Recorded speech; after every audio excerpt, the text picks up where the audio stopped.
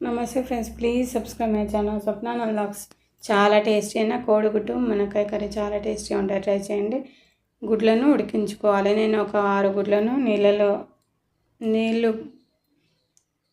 6 గుడ్లను వేసుకొని స్టవ్ మీద పెట్టి ఉడికించాను. గుడ్లు అనేది కొద్దిగా పలిగినట్టుగా మనకు అనిపిస్తే గుడ్లు అనేది మనకి ఉడికినట్టు లెక్క. అలా అయిన తర్వాత స్టవ్ ఆఫ్ చేసుకొని పక్కన పెట్టేసుకోవాలి. మునక్కాయలను పొట్టు తీసి చిన్న చిన్న ముక్కలాగా కట్ చేసి పక్కన పెట్టుకోవాలి. ఒక మిక్సీ జార్లోకి కొద్దిగా గసగసాలు, 1 స్పూన్ గసగసాలు, ఒక 5 కాజు వేసి కొద్దిగా నీళ్ళని వేసి మిక్సీ జార్లో మెత్తని పేస్ట్ లాగా మిక్సీ పట్టుకోవాలి. అదే మిక్సీ జార్లో ఉన్నదాన్ని ఒక గిన్నెలోకి వేసుకోవాలి. అదే మిక్సీ జార్లోకి ఒక 4 టమాటాలను వేసి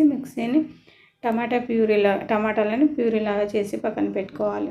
స్టవ్ ఆన్ చేసుకొని ఒక ప్యాన్లోకి 1 స్పూన్ నూనె వేసుకొని దానిలోకి మనం ఉడికించిన గుడ్లను వేసుకొని ఫ్రై చేసుకోవాలి. మీరు కావాలంటే కొద్దిగా ఉప్పు, కారం, పసుపు కొద్దిగా వేసుకొని కూడా ఫ్రై చేసుకోవచ్చు గుడ్లను.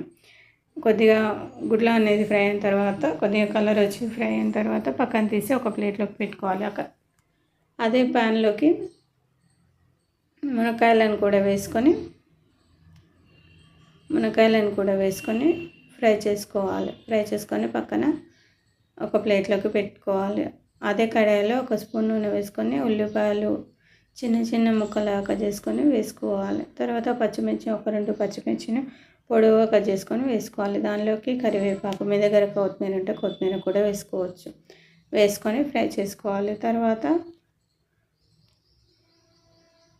టమాటా ప్యూరీని కూడా వేసుకొని ఫ్రై చేసుకోవాలి. టమాటాలు అనేది మనం పచ్చివి వేసాము కాబట్టి అవి ఉడికించాలి కొద్దిగా. తర్వాత నూనె అనేది కొద్దిగా పైకి తేలిన తర్వాత దానిలోకి ఉప్పు, కారం, పసుపు, ధనియాల పొడి, అల్లం వెల్లుల్లి పేస్ట్ వేసుకొని ఫ్రై చేసుకోవాలి.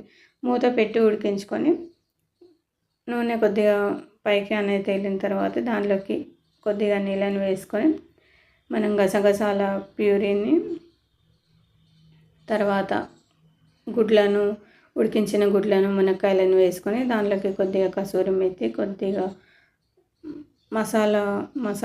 గరం మసాలా పొడిని కూడా వేసుకొని ఫ్రై చేసుకొని అవి ఉడికిన తర్వాత స్టవ్ ఆఫ్ చేసుకొని దాంట్లోకి కొద్దిగా నిమ్మరసం వేసుకొని కలుపుకుంటే చాలా టేస్ట్ అయిన మునక్కాయ. మీరు కావాలంటే స్టవ్ మీద ఉన్నప్పుడు నీళ్ళు వేసిన వెంటనే చింతపండు రసం కూడా వేసుకొని ఉడికిస్తే చాలా చాలా బాగుంటుంది. చింతపండు రసం వేసినప్పుడు నిమ్మరసం వేయకూడదు, ఏదైనా ఒక్కటి మాత్రమే వేయాలి. చాలా టేస్టీ అయిన మునక్కాడ కోడిగుడ్డు కర్రీ రెడీ.